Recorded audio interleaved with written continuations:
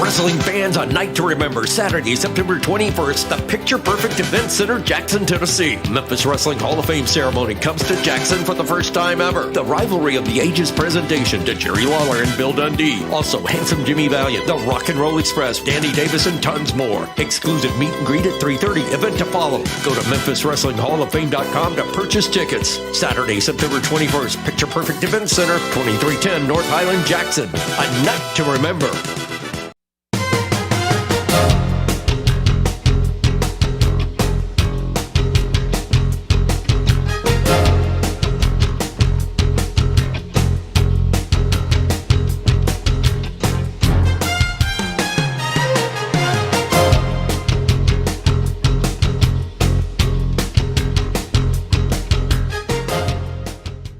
Hey everybody, welcome once again to the Retro Wrestling Review USWA podcast. I'm your host, Gene Jackson, and as always, it's my pleasure to introduce my co-hosts. I'm going to switch it up this time. Richard Mullican and Josh Briley, the guys from P3 Radio. How are we doing this morning, folks? Oh, terrible. I tried to do the freeze frame too when you brought me in like an 80s sitcom. Well, that was kind of cool. There you go. Well, I'm good. I mean, I've had a lot better night than Richard Lee, I guess, but yeah, I'm fine. How about you, Gene? I'm doing pretty good. My weekend's almost over, but then again, we don't need to say that on here because it's Wednesday. If you're listening to this, the day it drops through WrestleCopia or your favorite podcast platform, as they like to say. But hey, we are going to be covering the April 17th, 1993 episode, which, guys, just happens to be episode 18. We are 18 weeks into 1993 here in the USWA, and we got a couple of fun surprises coming up on today's show. But also, as I mentioned, if you're listening to this the day it drops, it's Wednesday. We are just a couple days away from the night to remember, the Memphis Hall of Fame ceremony over in Jackson, Tennessee. And I know we are all most excited to see Uncle Danny go into the Memphis Wrestling Hall of Fame. But taking Uncle Danny off the table of the people, not just the Hall of Fame inductees, but all the people you've seen mentioned is going to be there. Each one of you guys, who are you most excited to see besides Uncle Danny? Well, I'm excited to see the guys we don't see in this area that much, I know it sounds weird, but you don't see Bruno here that much. You don't see Tom Pritchard, guys like that. We see a lot of Lawler and Dundee, and like I said, they're legends, and I don't want to downplay them being there too, because that's awesome. But seeing guys that you hadn't seen in this area for a while, like Handsome Jimmy, for instance, all those guys are, coming through for the first time in years. Really cool to see them there. Yeah, man, I'm excited the most, I would guess, because I mean, you know how I am about the Flash and the big time superstar people. Handsome Jimmy Valiant, I've never got to meet him before, and just he's one of those, like, he's up there in my fandom with Hogan and Macho Man and all those people, like larger than life dude. And I know he's super chill, but still, I can't wait. And Michael St. John, man, he's like one of those voices of my childhood. And I guess for whatever reason, I've never been at an event where Michael's been, but I'm excited to meet him. That's awesome. I got to tell you, so this past week, me and Doug Gilbert got a chance to interview the man that he's going to be inducting into the Memphis Wrestling Hall of Fame, the Dirty White Boy, Tony Anthony. And man, he is just the absolute nicest guy ever. Like, it was such a fun interview, and he was so cool. So I'm really excited at the prospect of getting to meet the Dirty White Boy in person, and of course, my buddy Dangerous Doug's going to be there. I get to talk to him every week, but we don't usually see each other, so that'd be fun. And if we're talking about podcast-related people, of course, you guys have got to be excited to hook up once again with the Spellbinder brother. He's going to be there. He's going to be in the Hall of Fame. It's going to be cool. But so many people, man. I mean, we're running the gamut of like just decades of Memphis wrestling, right? I mean, we've got guys from the 80s like Handsome Jimmy. We've got guys from the Power Pro era, the KEW era, MCW, straight through to the Corey Macklin years, because, I mean, rumor is Max Corbin's going to be there running around somewhere. I mean, it's going to be a lot of fun. Yeah, I don't think he ever knew my name while I was there. I think he called me Axe one day. It's great. It's good to be remembered, I guess. Well, hell, if you're Axe, I was just saying, go ahead. If you're Axe, you've had a Hall of Fame career, buddy. So I'd be happy, right? In my mind, I just always imagine him going, "Damn it, Richard!" just all the time. I wonder what he was doing. It was, "Damn it, Richard!" Of course, I'm sure if he didn't know your ring name, he certainly didn't know your shoot name, because God knows in wrestling, you think of how many guys in wrestling you've been around for years and years and years, and gun to your head, you could not tell anybody what their real name is, because everybody gets called by their wrestling name. Little fun fact for people that don't realize that. You don't, you're calling people by their wrestling name. So, and it's going to be fun. It's always weirder for people outside the business when it's a weird name, like, "Hey, that's Chaos Theory." Yeah. And that's Rampage. You know him. It's like, what in the world? You worked with this him. is a church event, so we're going to have to go with something other than Rampage. Brother Quicksilver, how you doing today? Well, I just wanted to mention that on the top, that we got that coming up, because this will be the last week we can promote it, because by the time you hear us again, it will have happened. I'm sure we'll have plenty to say about it. But right now, I feel like we better get into this show, because it has the potential of having a lot to talk about. So one of the I said there's going to be some surprises on this show. Well, to get things going, one of the first surprises of the show, it was a surprise to me, because I didn't remember he came back this soon. Corey Macklin is letting us know that Jeff Jarrett is going to be having a match today against Doug Gilbert, who is already returning after only 4 weeks since losing his Loser Leaves Town match to his brother Eddie Gilbert. They don't offer an explanation of how or why. Perhaps maybe there's like an unspoken rule that if the guy you beat ends up leaving town, you're free and clear to come back whenever you want to. Right. Have any insight into that? Technically, he left town. He went to Japan for a little while. That's true. Well, here's the thing. It was Loser Leave Town, but it didn't say for how long, right? So he left for a month and he come on back. Maybe he left town and he's just making a hell of a commute every week. That's true. He's like flying in from Tokyo every Saturday morning. Yeah. It's like, we didn't say that Freddy Krueger mask off and come into the studio. We didn't say you couldn't work here. We just said you couldn't live here, Doug. He was hung up in TSA for a month because he wouldn't take the fucking Freddy Krueger mask off. It's funny, because in the past, I remember as a kid even being like, when they'd go, "And the loser of the match leaves town for 90 days. And you're like, all right, well, clearly they're going to wrestle somewhere else. Like, even as like a 10-year-old, I could see through that one. We weren't committing to anything there. But then our next surprise is a doozy. Sensational Sherri is here in the studio today. So let's check out a clip of Sherri Martel returning to Memphis for the first time in a very long time. I'd say probably 10 years or more, honestly. So let's check this out. Out about it. It's a bit. Oh my goodness! Sensational Sherri Martel. Oh boy! Hey, Lance Russell, is that you? It's not Lance. That's Corey Macklin. Brother, you got to stab that tanning bed. That causes cancer. What? Yeah. But, Why are you here? Why am I here? Yeah, well, let me see. If being a part of the World Wrestling Federation and the big star that I am, I'm always looking for any and every challenge that passes my way. Now, I have 3 things to say. Okay. 1. Number 1, there is a lady here, maybe not a lady, maybe a tramp. Yeah, that's what I said, a tramp. And she holds your lady's title.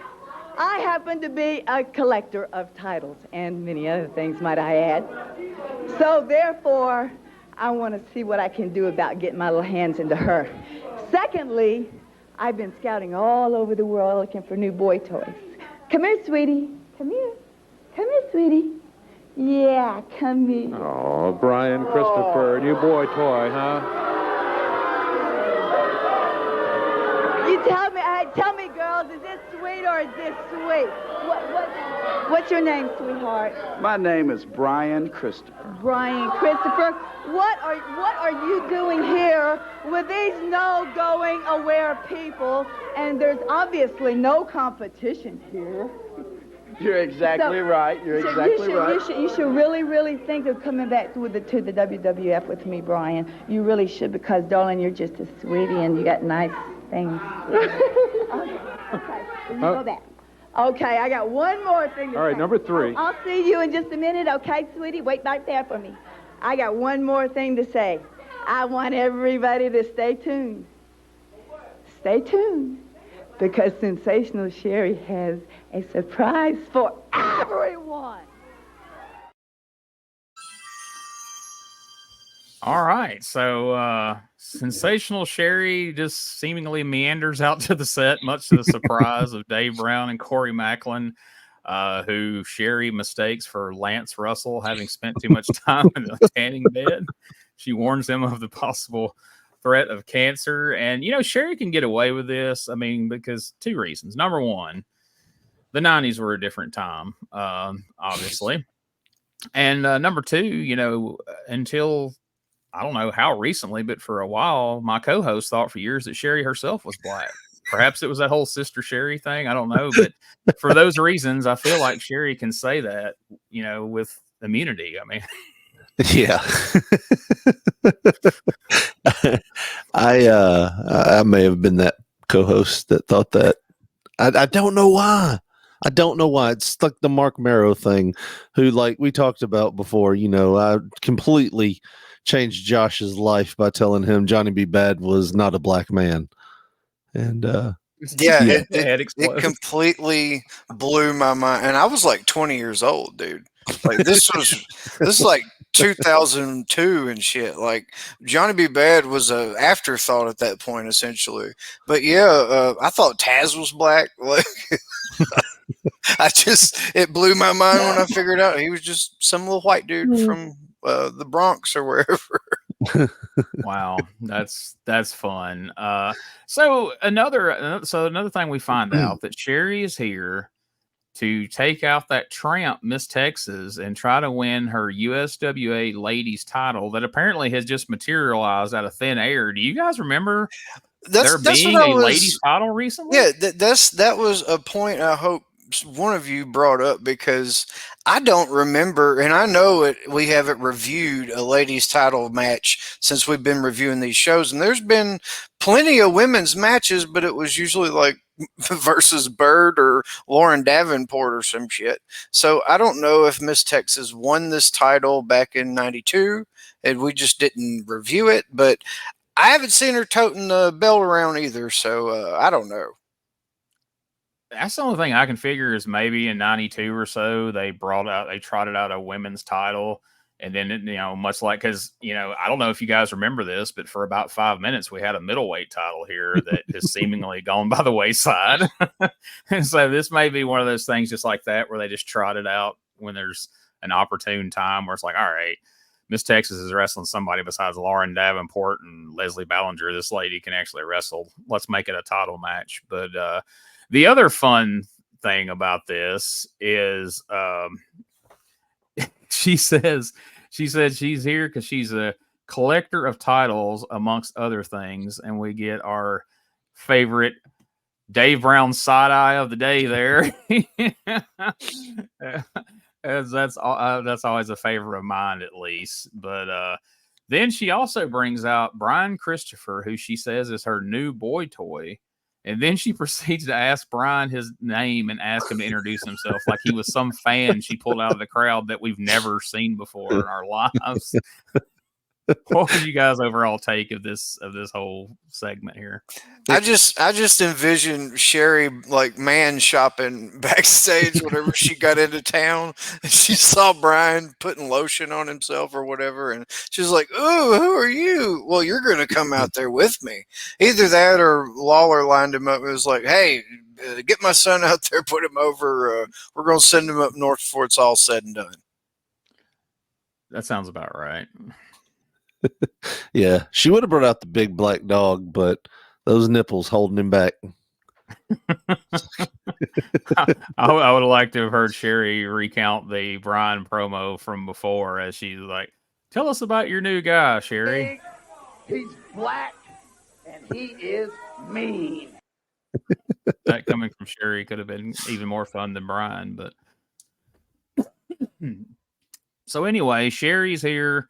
I'm sure we haven't seen the last of her, but I guess we'll have to wait around and see. And so we take our initial break, and then we come back from the break, and Dave pitches to a clip from Wrestle War 93 that looks like it probably should have been called Clusterfuck 93. We talked about last week how they really didn't label this 10-man tag as any sort of a gimmick match or anything. They just called it a 10-man tag match, but apparently it was a let's check it. And ready to go. Here it goes. Referee Frank Morrell calls for the bell. Referee Frank Morrell calls for the bell for Wrestle 193. Oh, it's underway. The King with the hard hat on it there. Flamingos now away with him with that hat.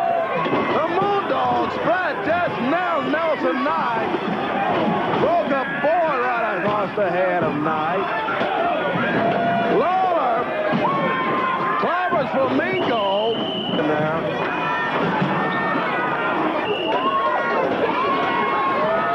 Christopher's got Jeff Jarrett over here. Takes him and throws him right into the rails here at ringside. Jumps up on the table going after Jeff. Harlem Knights and Moondogs all in there. And Jeff Jarrett knelt Flamingo from behind. Nelson Knight and Moondog splat. They're outside of the ring going at it.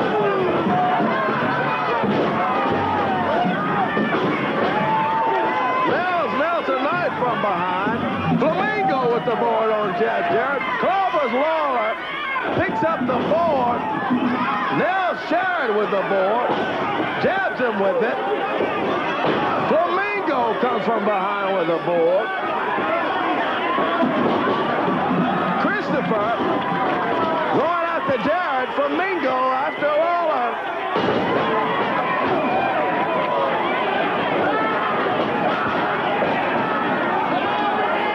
Jarrett, Moondogs. Ooh, Jeff Jarrett with that hard hat. All right, so as you can see, it's just everyone in the ring. We got boards and brooms and chairs and all this. We'll see some more of this action in a little while. They showed us part of it now. We'll come back to it, and we'll see some more shortly. This brings out the Moondogs along with Richard Lee. Apparently, after hearing Richard Lee's promo, that match was a Moondog Battle Royal, which seems about right because we saw highlights of one of those in one of the very early episodes, perhaps even the first episode we did, where everyone in the ring had weapons. And then Lawler was complaining because Mike Samples hit him with a chain to get the win. And Mike Samples was just a real piece of shit for using a chain in a match where guys were using boards and chairs and trash cans. But it looks like the Moondogs are being our opening match today. Do you guys want to comment on anything we just saw there before we move to this first match? Trash can wars.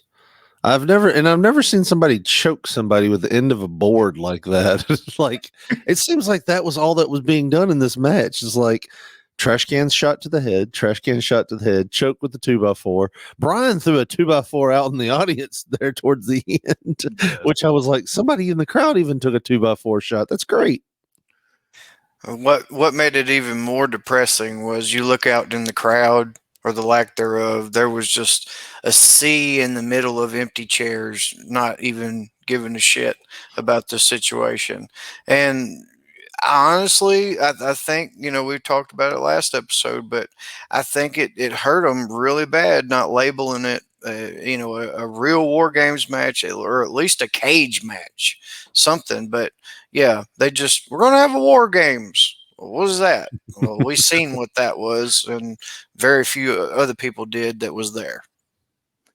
Yeah, and the thing that struck me watching that like minute 40-second clip was this is the highlights. This is the best stuff they could pull out of this entire match. Was like you were describing, Richard, choking with boards, hitting each other with trash cans. It's like, what was the rest of the time? If this was the best we could salvage out of this, how did the rest of it look? Yeah, like how long was that match? There's no telling. You know how those Memphis fights used to go on freaking ever. But I'm sure it was super repetitious, if it was anything like the clip we just saw. So match number 1 of the day, the Moondogs with Richard Lee are going to be taking on Mr. Clyde and Todd Johnson. So once again, Mr. Clyde has drawn the short straw, has to wrestle the Moondogs, and well, poor Todd Johnson, he just never ever catches a break on the USWA television. He's always the sacrificial lamb, the crash test dummy, if you will. And you guys are not going to believe how this plays out. I was absolutely shocked with what happened once this match got going. 360. Look out, there's Bobby Knight, Mike Samples, and Nelson Knight hitting the ring. The Harlem Knights. Now we got trouble. Harlem Knights and Samples come interfering in there. Oh, boy, look at that. Nelson Knight just nailed his brother as Moondog ducked out of the way. Look at this, the Moondogs. Big double clothesline, yeah. Mike Samples is calling the Harlem Knights back out. They came running in, interfered in the match.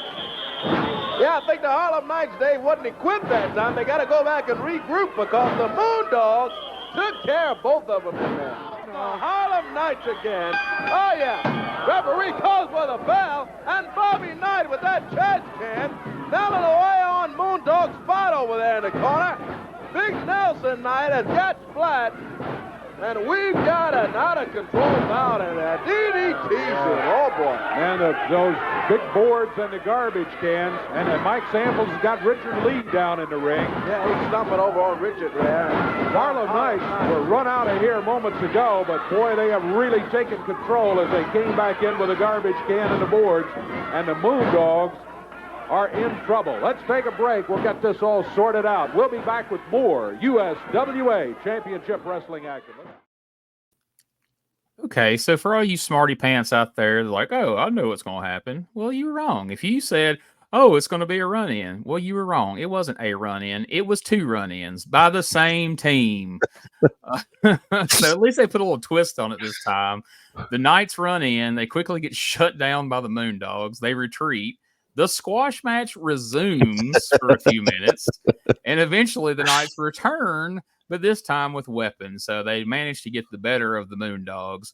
But unlike last week, when the Harlem Knights ran in and attacked them with weapons, this time there was no Lawler or Jarrett coming to make the save. I guess if we don't have a tag match schedule this week, the Moondogs can go fuck off. We're not helping them. That's not our problem. What are your thoughts on this, guys? Yeah, I was thinking the same thing when I was watching. I was like, well, where's the help? Where's the help at? It's like Lawler and Jeff are like, they'll be fine. They're Moondogs. They're used to getting hit and beat up on. It's fine. It can't hurt them. Yeah, they're only friends to a point. And yeah, you screwed my War Games matchup, so I'm not coming to help you anymore. But I was extremely confused. I swear to God, I rewound it and watched like the first couple minutes again. I was like, what the fuck did I miss? The bell rung and everything. And they said it was over when the Harlem Knights ran in. And immediately it was like, well, we're still wrestling and nothing happened. And it was like, I felt like when I rewound it and I seen what I seen again, I thought like, well, maybe Moondog's spot was like, unless you got to, told him, go get a trash can or something, or you're not just going to come out here and with fists and run us off. I don't know. It really just didn't make a whole lot of sense.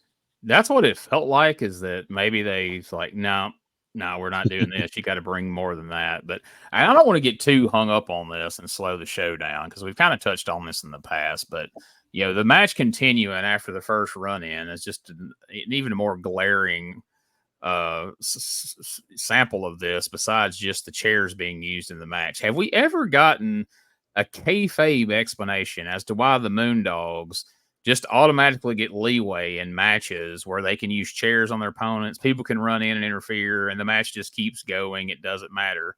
Yet at other times, Moondog matches will end in a disqualification if it suits the narrative of the story they're telling in that instance. Like, as far as a fan is supposed to think watching this at home that buys into all the rules and this is all real, and is there any logical explanation that's ever been given why the Moondogs are given this leeway to just do whatever and we're not supposed to really question it? Maybe it's the bless his heart type theory, like they just ain't smart for nothing.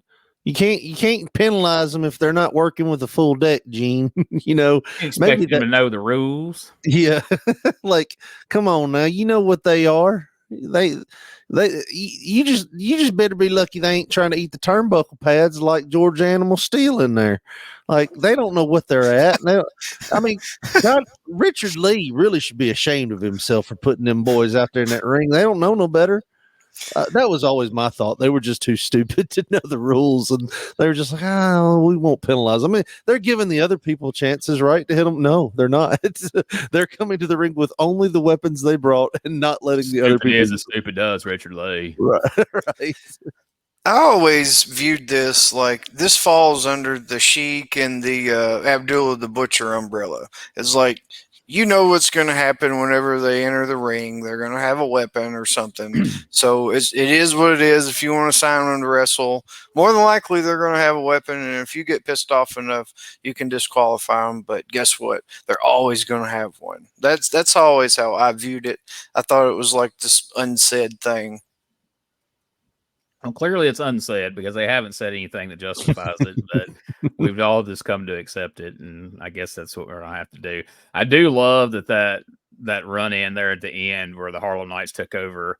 The last thing we see in the ring is Mabel choking one of the Moondogs with a board, as we had just been complaining about in the Battle Royal. They thought that was such a great spot. Like, let it be some heat, man. I'll choke the board. You ever collapsed a man's windpipe with a 1x8? As we found out later that's what that is. Yeah, exactly. Yeah, Dave made sure that we knew that it was a 1x8. I've done the measurements on that. That is definitely not a 2x4. Everyone knows they are far more dangerous than a typical 2x4. He does all pro shingles estimates, so like he knows the difference in building materials. Richard Lee, right? How they hold up to the weather. Right. So next we come back to what has started to become an established pattern with these shows, where the next segment is just the inverse of the previous segment, where now it's Mike Samples and the Harlem Knights come out giving a quick heated promo, and then they go to the ring for their match. And when I laid this out, I had no intention of including anything from the promo or the match in this segment, but Mike Sample said something so nonsensical and odd that I just had to clip it. So let's check this out real quick.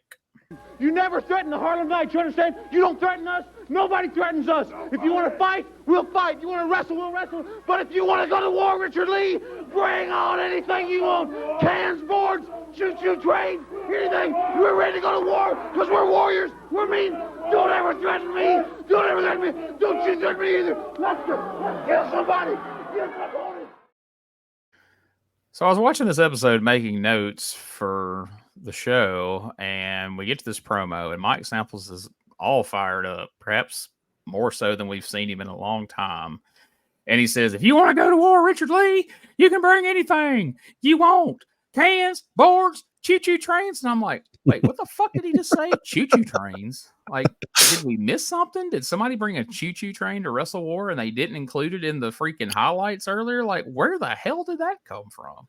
Sounds like somebody got their ass whipped with their model train set as a kid and It's scarred them for life. It's like that's one of the worst weapons that you could use as a model train set on somebody.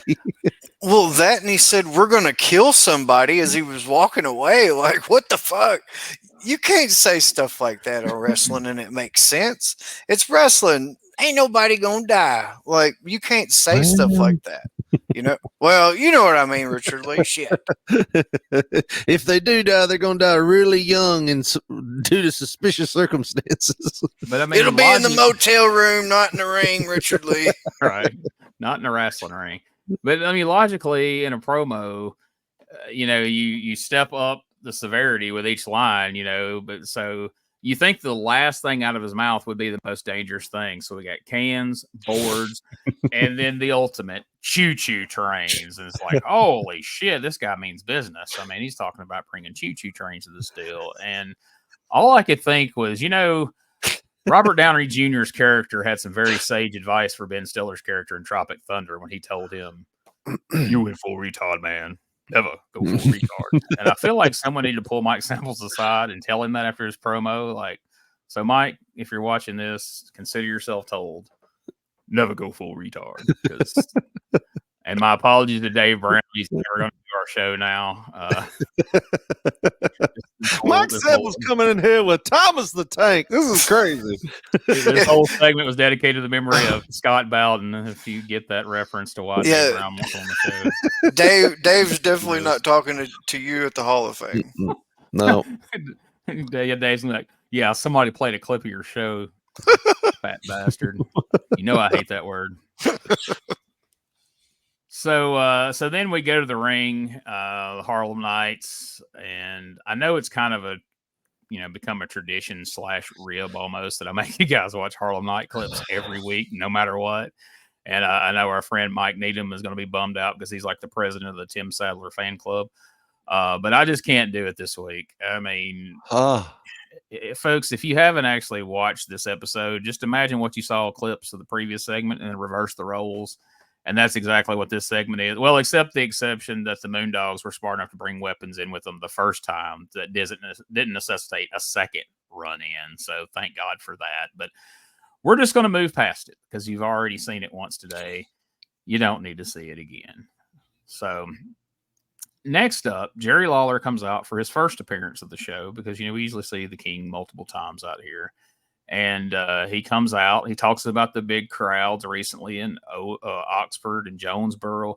You're welcome, King. I brought the crowd. Then we get to our weekly softball talk, as we're getting more and more accustomed to week in and week out. But man, this week was a little stranger than normal. We had a guy in a clown suit out talking about softball. We had a guy and his kid out here talking about softball. We had Big Ed, who allegedly makes the best pizza in Batesville, Mississippi, who ironically cut a better promo on Jerry Lawler about softball than Richard Lee or Mike Samples cut on either of each other on wrestling for this week's show. Although he didn't mention in choo-choo trains, but he's got a few things to learn. But you could see, Gene, though, like Lawler was taken back. He was looking at Big Ed. He was like, "Wow, he's doing a wrestling promo." Big Ed had more energy than like half the dudes that do promos that we've reviewed. Like he was there mentally. Like, and I feel like if Big Ed would have went to the gym just a little bit more, he may have had a shot in the business. You know what I mean? He was probably sitting there thinking, "This is your moment, Big Ed. This is your time. They put that camera on you. They can't take it off. You want to make pizzas for the rest of your fucking life, or you want to be a fucking star?" This is like his 8 Mile Eminem moment right here. I was going some people wait a one opportunity. Yeah, for a moment like this. TV5 Live, baby. They gonna see me. He's telling his old lady when he's leaving the house, like, next Monday night, Big Ed versus the King in the Mid-South Coliseum. There's no way they ain't booking it after this promo. And as much as we put the promo over, I don't have a clip of it. If you want to see it, go to the YouTube channel, Retro Wrestling Archive, and watch this episode. Because there's actually several things in this episode that's worth seeing. So if you want to hear this amazing promo by Big Ed, go check it out. I'm sure the guys will co-sign on that. So of course, we had a fun promo there. We kind of livened things up. So what better to kind of bring us back down to earth? Let's bring Richard Lee and the Moondogs out again, guys, for the third time today, as I don't think we've seen enough of them because they are here along with the fucking Noid to plug that they will be at Domino's Pizza in Paragould, Arkansas on Friday from 4 to 6 before the USWA event that night. Because if I can get a couple of wrestlers to come and be at my restaurant where people are going to eat food, I want it to be the Moondogs. I don't know about you guys. I was kind of shocked, though, they didn't bother to mention that Jerry Turman would also be there delivering pizza at Domino's from 1 to 6 before the big show in Paragould as well. He's only going to bring 2 pizzas, but he's going to have enough to feed the whole congregation.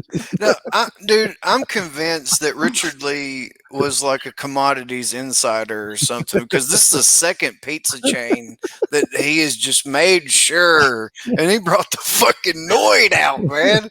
Like, it's some kind of angle. He's just not this excited about pizza. Like, it's something else. What if he takes it a step further and starts handing out condiments? Who owns ranch dressing? Well, speaking of pizza and angles, having seen what we just saw when the Noid came out, I was expecting Big Ed to come back out here and go, "Let me tell you something, brother. You ain't gonna come ruin my pizza. I got the best pizza in Batesville, Mississippi, and that's amongst me, Pizza Hut, and what is it? Pizza Inn. Pizza Inn that closed 7 years ago." Yeah. What if he came out and threw fire on the Noid like Lawler did? It would have made the segment worthwhile. That would have been the only thing that could have saved that segment, I promise you. But so there you go. If this was WCW, that fucking Noid would have been wrestling.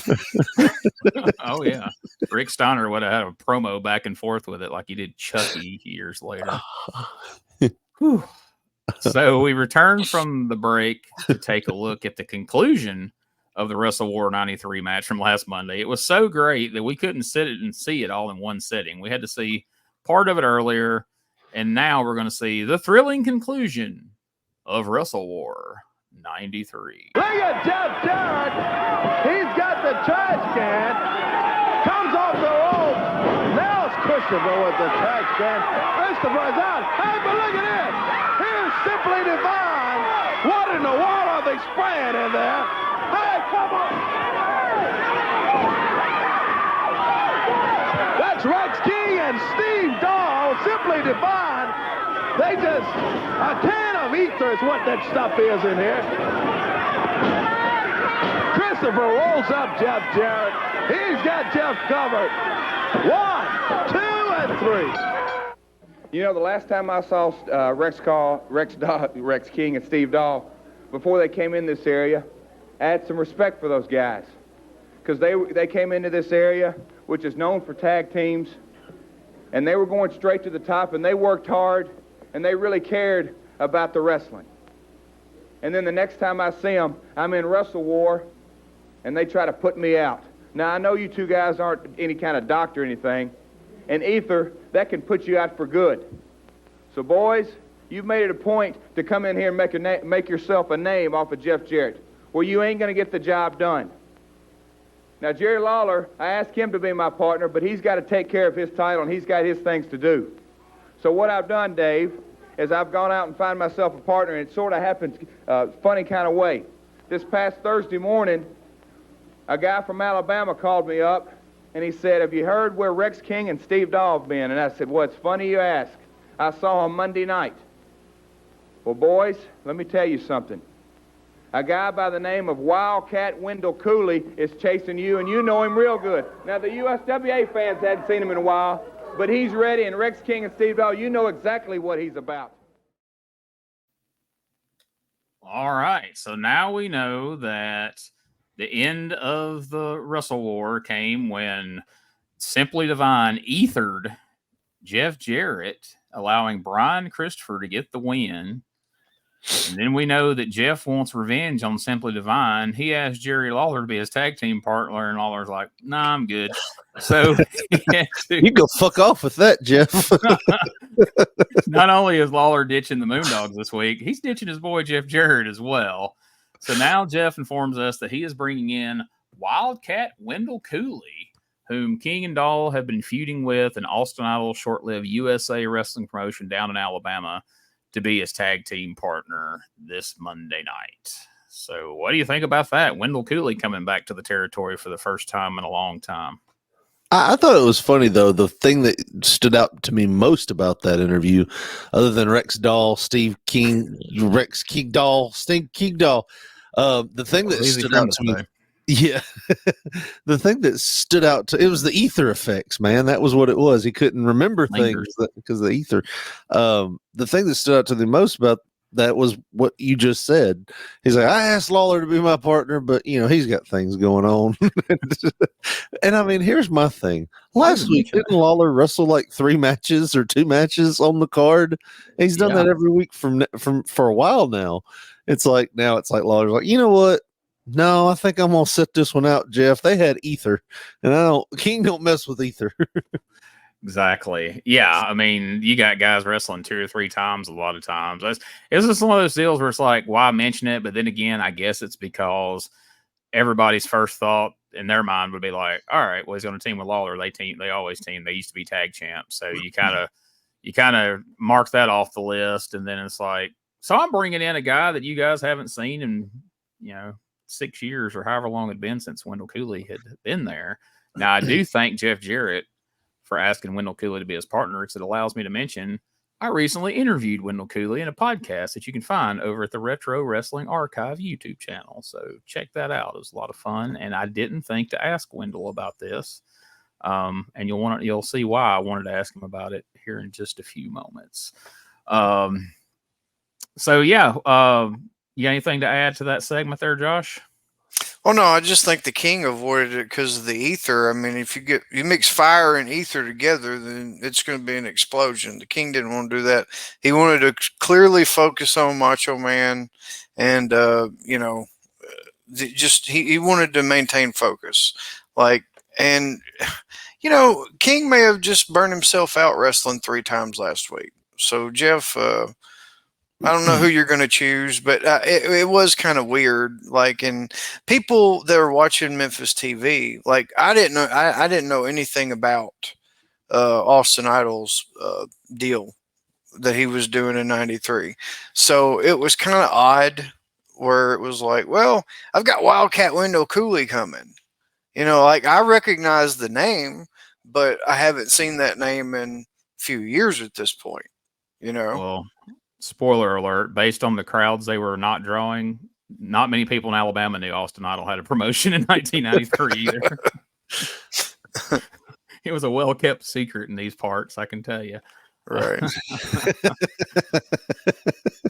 They got a speakeasy at the door. But at least Jeff was smart enough not to ask Austin Idol to come, because he knew Idol wouldn't show up. So he went ahead and asked Wendell Cooley to come instead.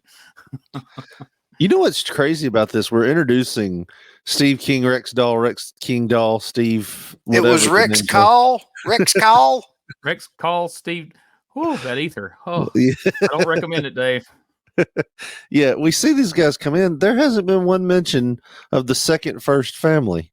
We heard nothing but that name, kind of like Fifth Third Bank. Second first family. And nothing this week. Nothing at all. No photo shoot. So Yeah, that was a 2-week in a row that. thing. No big hog Scott Levy. And did we even mention that they're the new tag champs? That Dahl and King won the belts last week from the Moondogs? They didn't mention that I know of, but we'll see how that goes on from here. So match number 3, the Southern Heavyweight Champion Jeff Jarrett is going to be taking on the returning King of Rock and Roll, Doug Gilbert. He's even got him a T-shirt made now. I like that, where he's got the Doug in lights, just like how the old Elvis stage setup used to be, that he's standing in front of, seemingly dressed as Elvis. I sent that screenshot to Doug the other day. It's like, hey, man, you need to get this in your T-shirt store, because I would definitely buy one. We'll see if that happens. I somehow doubt it. But anyway, these guys, they have a fun little match here, and it gets going, and you are not going to believe what happened. shirt, it does say the king of rock and roll, Dave. And I can dance, I can sing, I can shake, and I'm fixing to give Jeff Jarrett a lesson that he won't forget. Well, let's see. You know, Doug Gilbert, King D, it says on the back of his shirt. Backs Jeff Jarrett into the corner. Takes a swing with a big right hand, but Jeff Jarrett moved out of the way. Look at this. Jeff Jarrett rolls him across the wrestle. So now King D comes in with the right fist. Couple of them. Melted away on Jeff Jarrett. Yeah, got Jeff back in the corner using that right hand. Head into the turnbuckle. King D trying to take control of the match here. Doug Gilbert. Oh, reversal on the whip. And it's Gilbert that bounced off the turnbuckles. And look at this. Suplexes Jeff right down to the mat. Boy, he got him up high in there, too. Finally goes for the cover on Jeff. 2, and Jarrett kicks out of it. Going in there. Gilbert whips him in. Jarrett with a big boot as he comes off the ropes, and Gilbert down. Boy, he busts Doug Gilbert. Fast as Doug gets up, he goes back down. Jeff whips him into the ropes. That's him. Here comes King and Dahl. King and Dahl. Rex King and Steve Dahl have just jumped Jeff Jarrett when Jeff was a half count away from having a victory on Doug Gilbert. Now Gilbert walking around smiling, celebrating, and he's going to join the fray, it looks like. Oh! Well, they shove him back. Yeah. Knock him out of the way. Hey, you idiots! I was coming in there to help you. Hey, you idiots! Nobody hits me. You're gonna pay for that. I was coming in to help you, you idiots. Nobody hits me. You'll pay. You'll pay. That's the word from Brian Christopher. Steve Dahl just turned, and he didn't really turn around all the way. He just...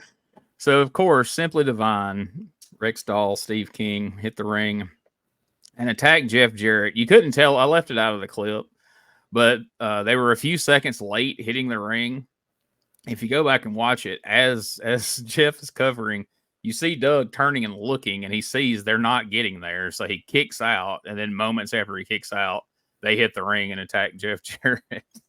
And, I mean, you pretty much knew from the moment that Jeff announced in that promo before the match that he was wrestling Simply Divine on Monday night, they were going to be hitting the ring because, you know, that's the pattern that we've established here on the show week in and week out here in 1993.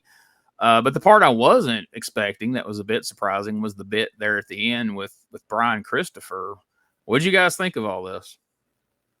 I thought it was really cool, you know, like, and it might be the reason why we haven't heard anything about the Second First families. You know, maybe they're taking a break, but Brian comes in there to lay the boots to Jeff, and Steve Dahl, Rex King, Dahl and King, which I think Doug foreshadowed their team on the back of his shirt when he had King D, and then you got Doug on the front. You know, it's a great trio shirt they got going. But yeah, I mean, you know, I think it was really cool the way they did it, how they knocked Brian down. It almost looked like accident. And, you know, Brian's hot-headed, and he goes outside, and he can't take it as an accident. He's just like, you know what? You guys are idiots. I thought it was really well done. Well, you didn't say anything about the return of the shitty jumping DDT from Jeff. Like, it looked extra horrible this time, and I feel like bad that I have to point it out. I was waiting for you. Like, kind of Richard thing. Oh, you failed me. You failed me miserably. Doug knew it was shit. Look, did you see how he sold it? He just like took it and just got up and walked out of the ring. This guy ain't selling that bullshit move. But yeah, I have to echo though the way that they did it, and we're all going to see how things are going to play out. But it appeared like they accidentally hit Brian, and Brian being just the piece of shit that he is, he's like, I was going to help you, you freaking idiot. You know, I love how they're building towards this melting pot we're going to see. Can I point out that I love the way Doug sold that kick? Like when he shoots Jeff into the ropes, he bends down for a backdrop, and Jeff kicks him. And you could have thought Jeff could have kicked a 75-yard field goal the way he kicked it and the way he sold it. It was, I mean, I know that sounds stupid, but it's those little things, you know, like that Doug did there that was like, wow, that was really cool, you know, because if he would have just sold it like, oh, he kicked me in the face and fell over, but I mean, he made Jeff look like $1 million with that kick.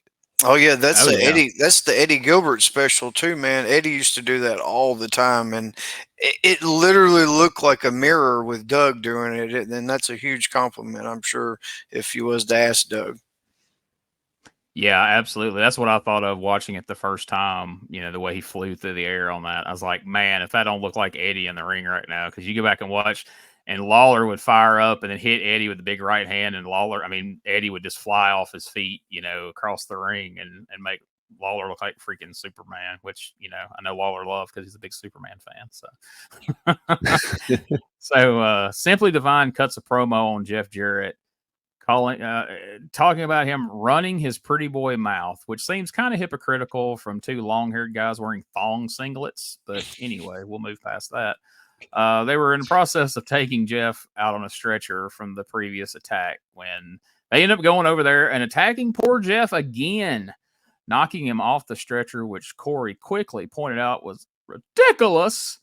And we quickly went to a break, and I think it's time that we take our first podcast commercial break right here, and we'll gather our thoughts here and try to process what we've just seen with Brian Christopher mad at not well done yet. They're Simply Divine at this point, but where in the world could this all be going, guys? I can't imagine. So let's go to break and see what happens when we come back.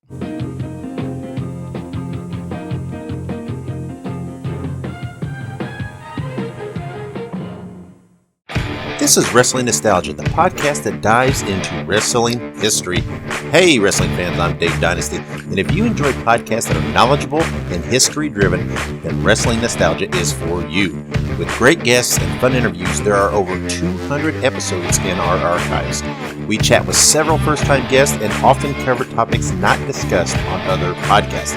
Look up Wrestling Nostalgia on your favorite podcast platform and visit all of our links at linktree/wrestlepod. That is linktr.ee/RASSLEPOD. And remember, wherever you go, whatever you do, be good, be safe, and keep on growing. Hey guys, this is Wolfie D from PG-13.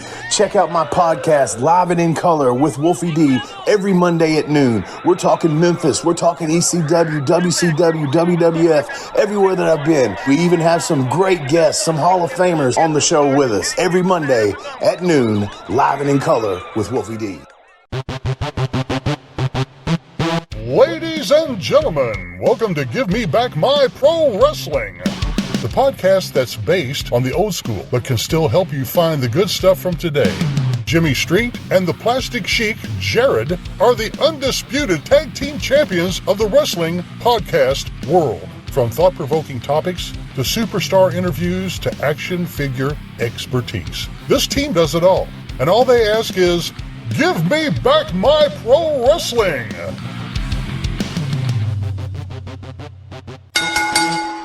Every other Thursday, wherever you listen to podcasts. All right, so now it's match number 4, and we are going to be seeing Simply Divine, Steve Dahl, and Rex King, who are the new USWA Tag Team Champions, even though they didn't wear the belts out here. We're not really talking about it. I guess it's kind of a secret somewhat. Taking on Don Kelly and the Avenger. Neither one of these guys are guys we've seen a lot of in recent times, and Dahl and King look pretty good here, but for the sake of keeping the show moving, we're not going to show a clip of the actual match. But we know there's going to be a run-in because there has to be a run-in, right? So normally I would have just went ahead and skipped that too, but this one's kind of interesting. I think we need to take a look at this, guys. Let's see what happens here in the midst of this match with Simply Divine. So much signs of putting up an offensive battle here. It's been all Simply Divine. Look at this, Jeff Jarrett. Look at this. Not only Jeff Jarrett, Brian Christopher. Oh, boy. Christopher and Jarrett go after Simply Divine, Rex King, and Steve Dahl. Look at this. Jarrett's going after Dahl over there, Christopher. Well, let me just tell you what took place in the back. Brian Christopher came running up to me, and he said, Jeff Jarrett, I got a deal for you.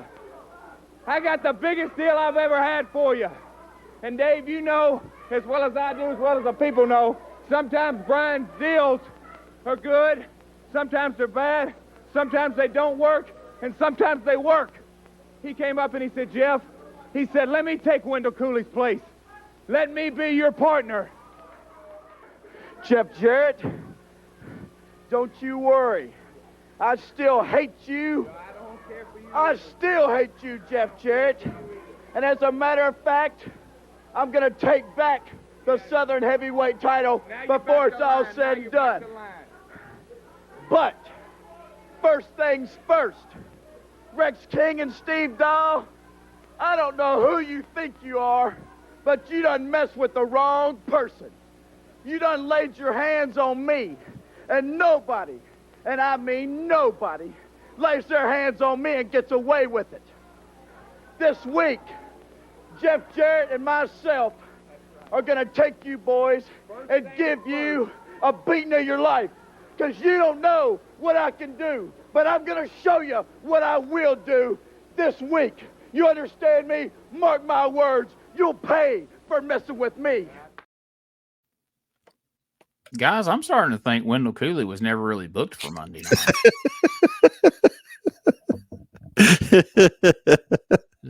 Either that or he canceled in record time. He got wind of it and called the studio like, I'm not coming to Memphis Monday night. I remember those payoffs. What are you talking about? He frantically called Guy Coffey. He was like, Guy, I know what I said, but I got to thinking, man, you going to get Brian or something. Yeah. You know what I thought was really weird about this? Be it just sure luck, sure just coincidence, maybe hard times Jesus had something to do with it in the back. Somehow, even though they hate each other, they were color coordinated this week. It looked like they wore tag team matching apparel. And by they, I mean Brian and Jeff. They were both wearing the same colors. And they weren't like red and blue that were obviously matching. It was like a weird teal and pinkish. And you're like, how? That's not something. They definitely maybe thought about that or planned it out. Fate, Richard Lee.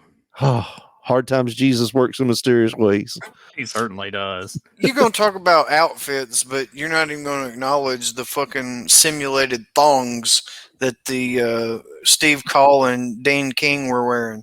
Like, terrible. Dude, even when they got in the ring, did either of you hear in the crowd what that one guy said whenever they first hit the ring? They said, they got Days of Dukes on. Like somebody yelled that, and from that point I just couldn't focus on anything but their shitty thong simulation outfits. And even as a kid, that's instant heat with me. And that's like, I don't want you on my TV heat because I don't want to see a dude in a thong. That's just, you know? When I was a kid, I always thought the same thing about those. You remember when you used to wear a basketball jersey, but as a fat kid, you couldn't wear it without like a shirt under it or something? You know, that was kind of what I felt like with them, is like somebody made them those tights, you know, and they were like, I don't really want to wear a thong. Let me put a pair of bike shorts underneath them. You know, I ain't getting another yeast infection. We're wearing something underneath this.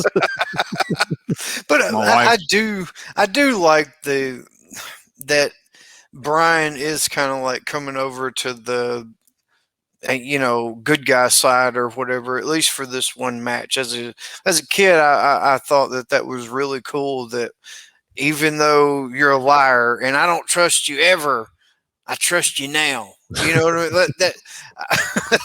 Whatever reason, I know that's stupid, but I thought that just the possibility of getting to cheer guilt-free for Brian Christopher for that one night was pretty cool back then. So my last two things on this. Number one, my wife was in the room on her laptop working on schoolwork when this match came on, and she looks up and goes, "Ooh, what are they wearing? Is that wrestling thongs?" It's like, I was like, yeah, unfortunately. The other thing, and people are gonna be like, "Oh, there goes Gene being a shithead again."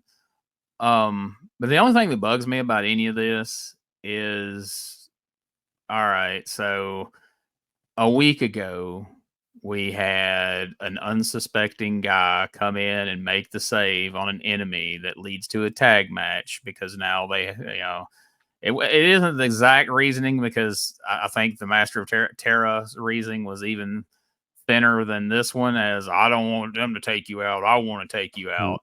But here a week later, we see almost a carbon copy of that as Brian comes out and saves Jeff. But at least he's got a personal issue with Simply Divine. So there is that aspect of it. But I just think sometimes some of these angles need to be spaced out a little better due to the similarity of them. But, obviously Brian Christopher, Master of Terra on two different planes here. So I can forgive it. But I was just, when this started transpiring, I was like, shit, we just did something similar to this last week. Like, could we not space this out a little bit? But Yeah, I agree. Like the idea bucket was just a little shallow that week, It was either this or a hair match, and they're like, all right, well, let's do this.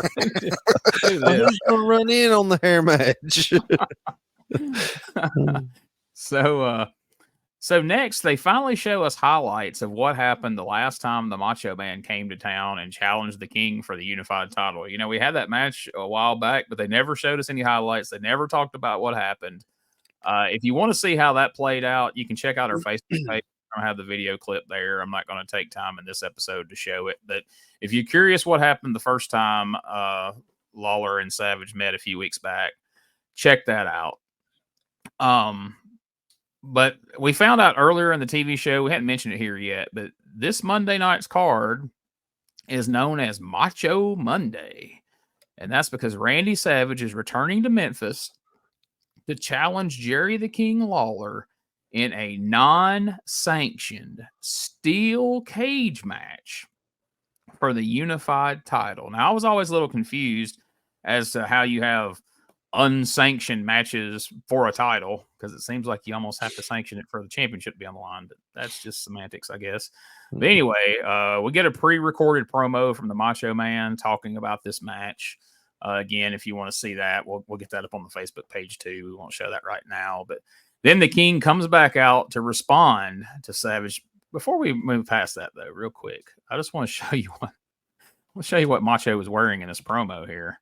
Check out that. What's your take on that outfit? My wife said it looked kind of like tribal-ish or something on the screen when it was a little clearer on TV. Said it didn't look like your typical Macho Man outfit, but then again, I don't really know what your typical Macho Man outfit can be. It's not really colorful enough. It almost looks now, and knowing Macho Man, the way he used to foreshadow matches with like his boot color and stuff, it's very heelish. It's not colorful enough because he's the heel, right? So now you're getting it, Richard. Yeah. No more headlocks for hunger either. If anything, he should have just shown a picture of him taking food off the Hungry Kids table. Ripping a check that WWF had made out to Headlock for Hunger. He tears his head. You kids are going to starve because of Jerry Lawler. No more pink or green, world, brother. No more pink or green outfits, only shitty orange and brown. Gonna be boring heels. So the King comes out and he's responding to Savage's pre-taped promo, and he has a few choice words for the Macho Man. And this brings Sensational Sherri Martel back out, who refers to Lawler as a queen. She insults Memphis. She insults Elvis, which possibly insults Doug Gilbert by association. I don't know. And then she says that the Macho Man is the only real man in wrestling, which leads to this taking place. I have stood up against more men than you will ever stand up against anything in your life. And it is said that I can whip most men in this business. Hey, Lance, I see you back there, too. And for another thing, not today, not any other time in this lifetime, or the next, or the one before, or anywhere in your little feeble mind, will you ever beat Macho Man Randy Savage. Now, what do you think about that, smarty pants? Well, let me say something to you, Sensational Sherri. You say you could whip most men in professional wrestling. Well, let me just assure you of one thing. I ain't one of them, sweetheart. Oh, Ooh, hey, look out. No, King, don't pile driver. No. Look out. Oh, look out. Randy Savage. Randy Savage just grabbed the King from behind. Savage and Sherri, Sensational Sherri, jump on the King in there. Savage out of nowhere, Dave. Just came and jumped him from behind. He had said in an interview, and that this must be the surprise. Come on. Eddie Marlin out. Thank goodness Eddie got here when he did and stopped that pile driver. Yeah. And now Sherri yelling at Eddie. Yeah, good to see Now, all right, Eddie is told him to get out of here. I look at Sherri kicking Lawler again, and Savage says, yes, sir. Look out, he nails Eddie from behind. Oh, boy. Hey. Savage jumping on Eddie Marlin, Sensational Sherri. Hey. On the King. Come on, Randy. Oh, boy. Yeah, get Eddie. Yeah, get some security. Yeah, get some help, yeah. Come on, yeah. Get security to get Savage out of here. Savage shoving security. Yeah, we'll get security to get him out. Let's roll the break. Roll the break. So my first takeaway from that is you got to time run-ins better when somebody's waiting to do a pile driver, because both of those attempted pile drivers waited for an uncomfortable amount of time for somebody to come stop them. That's the first take. And the other thing, I clipped it out, but once again, just like when Brian Christopher hit Jeff Jarrett with the chain a couple of weeks ago in that Shawn Michaels match, we got a blatant cutaway from the camera when Sherri slapped Lawler. It's like, what the hell? That's a key moment here. And they just cut to the crowd when the slap happened. And then, of course, Lawler goes to pile drive Sherri and ends up holding her up there for what felt like forever. And then who blasts him from behind? Holy shit, he's actually here. Savage is in the studio, and he's rocking jeans and a T-shirt. Of course, he still got his bandana on because he's got to look kind of cool. But, man, pretty good one here. Did you guys, going into this, watching it, unless you remembered it from years ago, but if you remember from back then, did you expect Lawler to appear in the studio once we've watched this pre-tape promo? That's pretty slick. Yeah, I wasn't expecting, you see a pre-tape and you're thinking, all right, Macho Man's not going to be there. He's phoning it in. I wasn't expecting him. The funny thing about this is they have that meme that goes around that was like between Sherri and Macho Man. It's like when you're 7 drinks in at Applebee's and you get cut off or something like that. And they're like, oh, the American dream is dead. Like all this stuff. Yeah. This goes right along with it because it's them two just beating up people. It's like the domestic that happened in the parking lot, But yeah, no, I thought this was really cool. And, pairing Sherri and Macho Man back together, that was really cool to see that again. Yeah, man. Like I cannot express to you how much I love Sensational Queen Sherri and Macho King back together. Like, dude, top 3 favorite bad guys of all time, and it's Macho King and Sherri together. That time period from late 88 until 91, that's like peak Macho Man for me personally. And seeing them back together in this clip, dude, I got goosebumps. I just did not expect to see. And I thought it was like ICW Macho Man running out there. He's got the old school Wrangler jeans and the old headband and just the chachi and stuff. Like, he looked like mid-80s Macho Man, and maybe that's the vibe, that he was trying to give with, like we said, with the orange and the dull colored outfit in the promo. Like, he's giving off that I'm going back to my roots, my early days, being a super nasty heel. Yeah, man, that's what it felt like. It felt like ICW Savage invading the TV5 studio like back in the day. And that was a guy that you never knew what the hell was going to happen. I mean, as we go back and watch 85 heel Macho Man right now on the Regional Wrestling Podcast, I mean, Savage has always been intense, and he remains it even through this era. But, man, back in those days, even more so. You just felt like that guy could do anything at any moment. And I expected him to do his old bit from then where he used to come out and throw the freaking confetti in there like Rip Taylor, and then he proceed to just beat the shit out of somebody. You're like, look at this goofy guy with freaking confetti, and then he would just proceed to just murder somebody. You know? Yeah, I didn't get to see all that live. Like, I only got to relive that through YouTube. But yeah, I don't understand what the hell that was all about. Maybe he was trying to get it over and it just never stuck or something. But yeah, really weird. Yeah, like there's a fun promo. Like Savage was all the time bringing out like handmade posters out on for interviews of like whoever he's getting ready to wrestle, you know, Lawler's the Queen or some shit like that. And so on one of these episodes we just recently watched, Savage comes out there and he's just been beaten. He beat a jobber half to death earlier in the show, but then he comes out with this handmade poster that's painted on there like Lawler is dead or King is dead or something like that. And that Monday night, Lawler's selling the injury. Well, he's actually gone to Hawaii, but he's selling the injury from Savage. And so the tag match is going to be Savage and Lanny Poffo against the Fabulous Ones. And if you go and listen to the 85 regional wrestling we're doing right now, Stan Lane has just been on a tear of just like murdering people in promos. And it's been great because Stan Lane, not known for he's known for that voice, but he's not known for like killer promos. And so Stan Lane comes up there and he's like, yeah, nothing says Macho Man like a guy making glitter posters in the parking lot all that.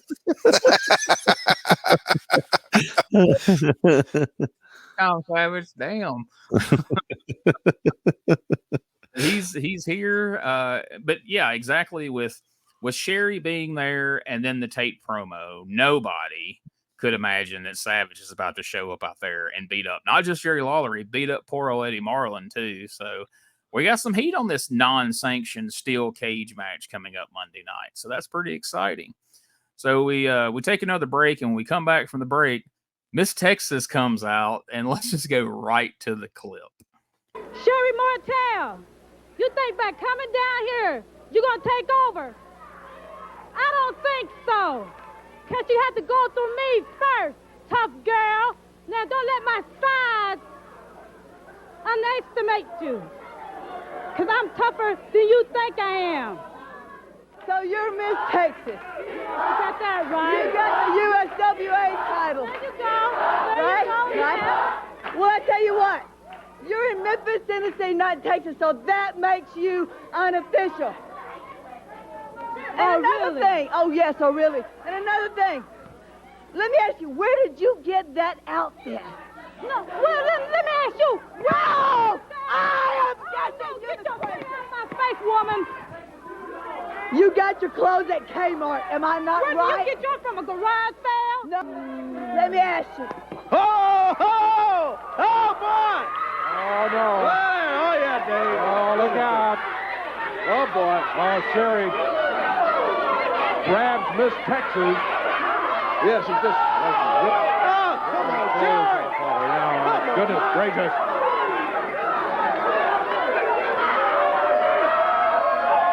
Oh, Sherri, what you look at? Hey. Throws Miss Texas over the desk here. Sensational Sherri Martel.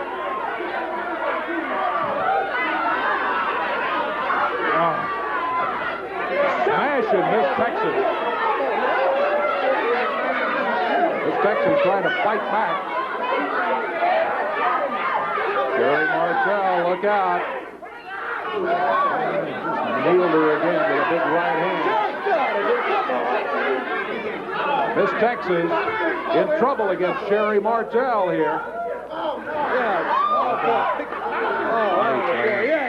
There's Eddie Marlin.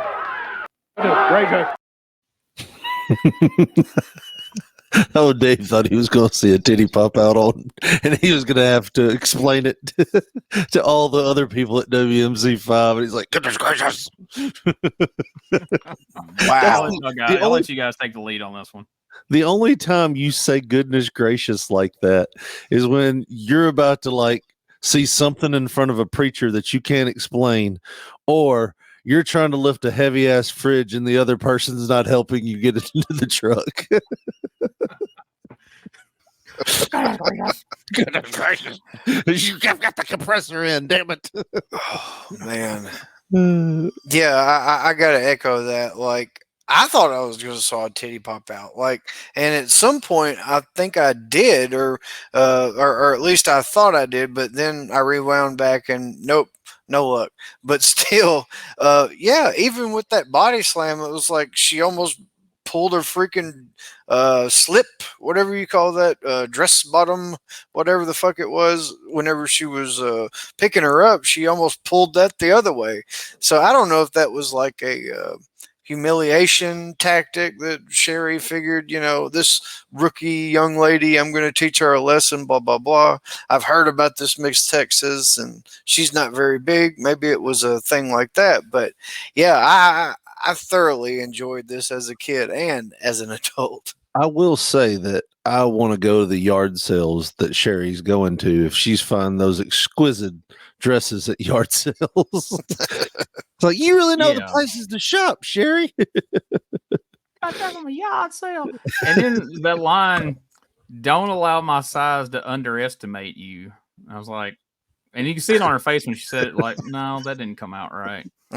But Miss Texas almost laughed at that one point, like the most tense moment right there when Sherri had, and you see the look on Miss Texas' face, or she almost laughs, but then she slaps her, and then it's on after that. But this was cool to me because, like, up to this point, you really hadn't seen a woman who could hang with Miss Texas, who was any threat to Miss Texas, and even the men she had wrestled, the Jamie Dundees and the Brunos and different people, wasn't. So at this point, you're like, oh, Sherri, all right, we're going to see what Miss Texas is all about, because Sherri can handle herself. So yeah, and not only did she, stand up to Miss Texas, she whipped her ass. Like, Miss Texas got two, I would almost dare say, cheap shots in on Sherri. She shot first. She was the Han Solo of that situation. She shot first, and then Sherri was like, "Oh no!" and she just whipped her ass until Eddie Marlin came out there and stopped her. So yeah, I mean, they really painted a great picture for the underdog Miss Texas in this, who's been wrestling men for the past like 3-4 weeks. Exactly, and I would probably rather wrestle most of the men on the USWA roster than have to fight Sherri. And it makes you wonder if Eddie Marlin had to stop selling his attack from Savage to go out there and legitimately break this up on Miss Texas's behalf, honestly, is what it felt like to me. Well, all right, folks, it's that time. Let's take our last podcast commercial break. And when we come back, we're going to run down the card, talk about a few things, and then see what this all led to in just a moment.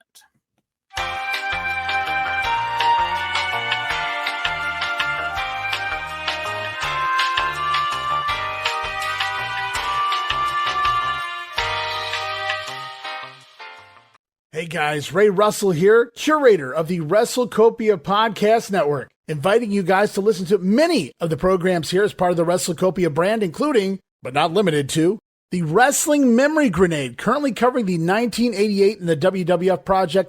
You can also listen to the Regional Wrestling Podcast, where we talk the territories, whether it's Jamie Ward with Georgia 81, Roman Gomez with the UWF in 1986, or Gene Jackson covering Memphis in 85. 3 projects going on right now over there at Regional Wrestling. You can also listen to the Wrestling Stoop with the legend himself, Bob Roop. Bob goes back in time each and every week, covering not just his career, but countless stories and interactions with hundreds of wrestling names spanning his 2 decades in the business. But that's not all. You can also check out the Puro Wrestling Academy with the professor of Puro Resu, Mr. Dan Ginnity. Dan and I go back in time and cover the history of Japanese professional wrestling in the English language. And you can listen to all of those shows and more, all part of the WrestleCopia Podcast Network, located over at WrestleCopia.com. That's WrestleCopia.com, and anywhere your podcast streaming needs are met, from Apple to Spotify, Pocket Cast, and beyond. And while you're at it, why not subscribe to our social media guys for all the latest goings on here at the WrestleCopia Podcast Network. Plus, I'm constantly adding old school video clips and pictures from throughout wrestling history. You can follow us over on X, formerly Twitter, at Wrestling Grenade. That's at RASSLIN Grenade. Also, follow and like me, Facebook.com/Wrestling Grenade. And why not subscribe to YouTube.com/Wrestling Grenade? So if you're looking to support that next up-and-coming podcast brand, please consider making it WrestleCopia. All right, folks, here we are coming back from commercial break, and there you see him, the United States Junior Heavyweight Champion right there, a young Josh Briley. And here he is, another shot. Him with the belt. He looks a little meaner in this one. This one, he's a little more laid back. He's just showing you he's the champion. And this one, he's showing you like, hey, you want this belt? Come on. Get you some of this, son. Put that. Yeah, man. That was. He looks just as surprised as Danny did when they handed him that belt.